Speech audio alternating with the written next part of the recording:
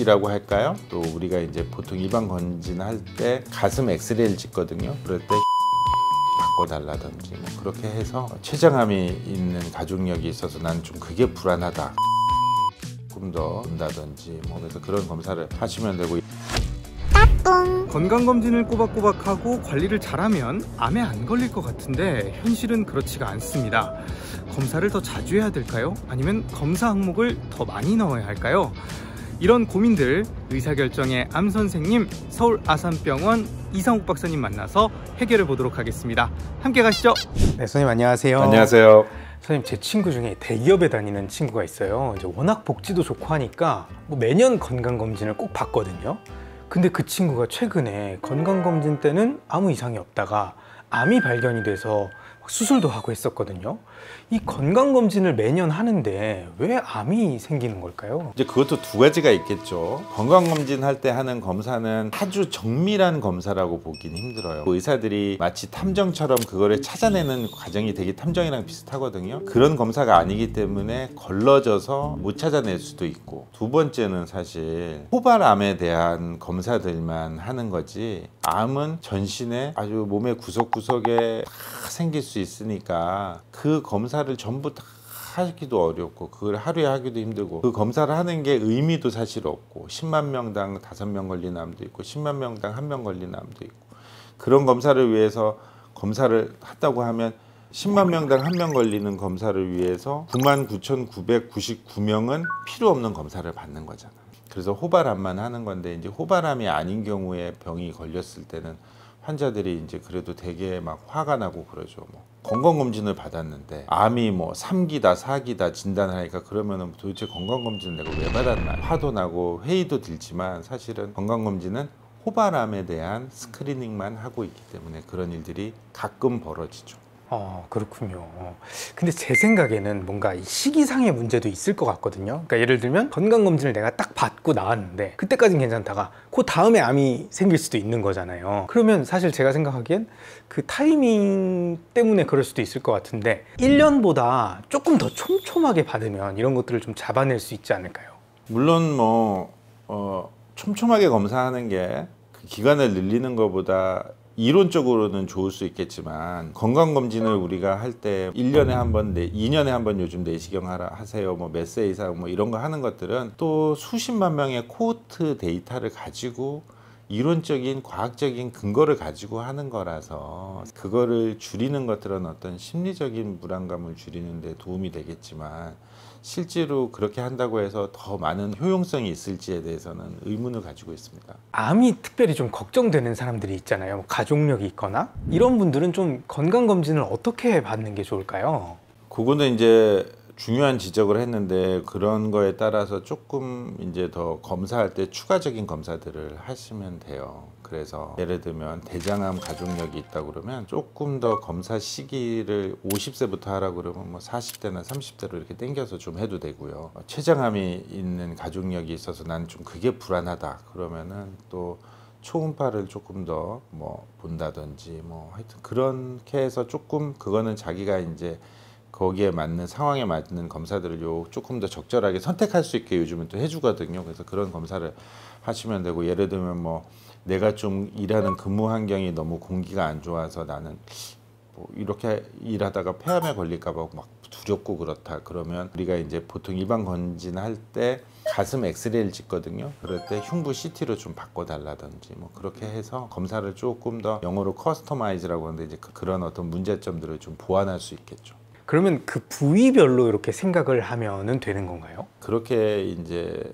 부위별로 좀 생각을 하시면 되죠. 나는 암에 대해서 막 걱정이 많이 된다, 이제 그랬을 때는 몇 가지 팁이라고 할까요? 그런 것들을 좀 생각해 보시면 좋은데, 2주 이상 계속 통증이 한 곳이 집중적으로 아프고 그 아픈 것이 계속 더 심해진다 그러면 병원에 가서 암 검사를 받아보는 거죠. 암이 아닐지에 대한 염두를 두고 받는 거죠. 두통도 그래요. 보통 한쪽에 편두통이 있으면 편두통이 가능성인데, 한쪽이 아프면 머리가 좀 뽀개질 듯이 아픈데 되게 공포스럽고 아침부터 저녁까지 계속 아프고, 뭐 예를 들면 신경 썼을 때만 좀 아프고 그러면 검사를 좀 받아본다든지 뭐 예를 들면 또 그런 통증 부분은 좀 그런 거고요. 그 다음에 몸에서 특정 부분이 좀 출혈이 있는데 우리가 이렇게 젊었을 때는 막 상처도 빨리 났지만 암이 좀 나이 많은 사람한테 걸리거든요. 사실은 50대 뭐 40대 60대 70대 이렇게 걸리는데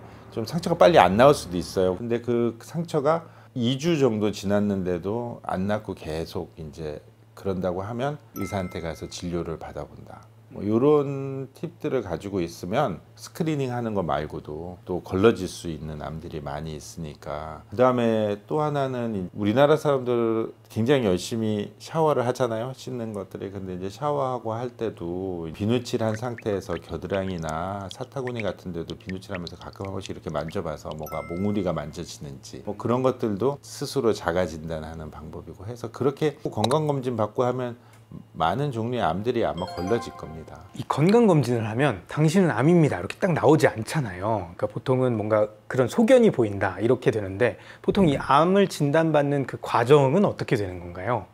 1차적으로 그 검사한 것들에서 암이 바로 진단되기는 좀 어려워요. 암이라는 거는 항상 조직학적인 진단에 의해서만 암이다 아니다가 판단돼요. 예를 들면 그런 얘기가 비일비재한데 어떤 의사도 그런 분이 있었어요. 본인이 좀 몸이 안 좋아서 CT를 찍었는데 간에 큰 혹이 있어서 막 이제 자기는 끝났다고 막 비관적으로 막 했는데 결국에는 본인이 영상의학과 의사인데 사진을 보니까 얼마나 잘 알겠어요. 이거는 자기가 보고 분명히 암인 거예요. 그래서 뭐 자기는 큰일 났다고 생각했는데 그걸 잘 설득을 해서 조직 검사를 해봤더니 양성혹이 나온 경우도 있었어요. 그런 것처럼 CT나 MRI나 이런 검사 방법들, PET-CT 이런 것들이 영상 검사들이 굉장히 발전하고 그 옛날의 CT나 MRI보다 지금은 훨씬 더 또 퀄리티도 좋아지고 했지만 그것만으로 암이 진단되지는 않기 때문에 결국에는 대부분 조직학적인 진단이 있은 후에 암이 진단이 되죠.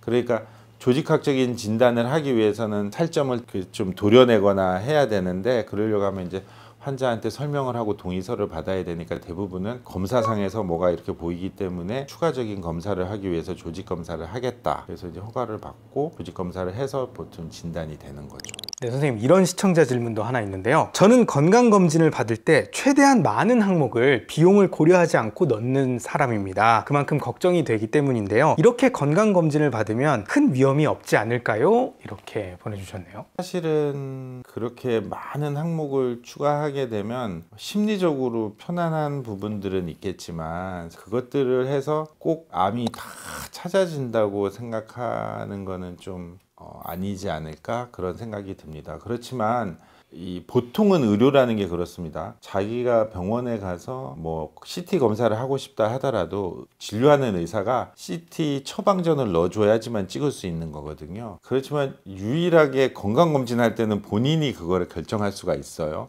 그게 건강검진의 장점인데 그거 검사를 꼭 하고 싶고 그거를 해서 이 나의 그 우려나 걱정이 해소된다 하면 사실은 뭐 그렇게 하셔도 되지만 대부분은 전문가의 조언이나 아니면 그런 것들을 따르는 것들이 현명하지 않을까 그런 생각은 듭니다. 아, 그렇군요. 근데 사실은 저도 생각하기에 뭔가 비용을 생각하지 않고 다 넣으면 뭔가 다 걸러지지 않을까 하는데 이런 생각은 좀 그러면 다시 역으로 좀 이렇게 생각을 해보면 돈이 많고 막 그런 분들은 정말 그 암이나 이런 것들에 대해서 돈이 없는 사람보다 진단이 빨리 돼서 훨씬 더 많이 산다는 그런 가정이 성립해야 되거든요.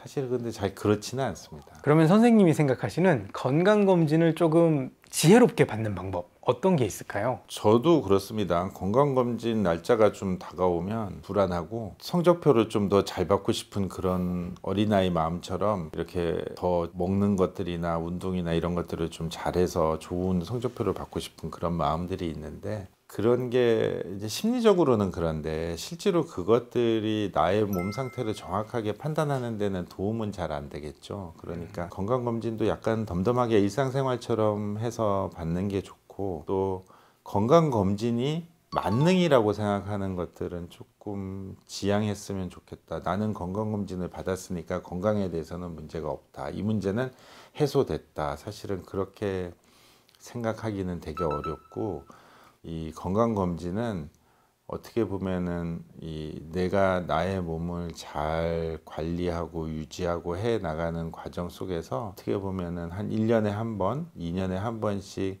그런 것들, 그 내가 관리하는 것들에 대한 잘 파악하지 못하는 부분들에 대해서 그 알려줄 수 있는 어떤 기간이다, 시기다, 아니면 방법이다, 이렇게 생각을 하고 그 생활을 하는 게 좋지 않을까, 그렇게 생각을 합니다. 그래서. 네, 선생님 오늘 제가 건강검진과 암에 대해서 많은 질문을 드렸는데요. 마지막으로 한 줄 처방전 부탁드리겠습니다. 건강검진은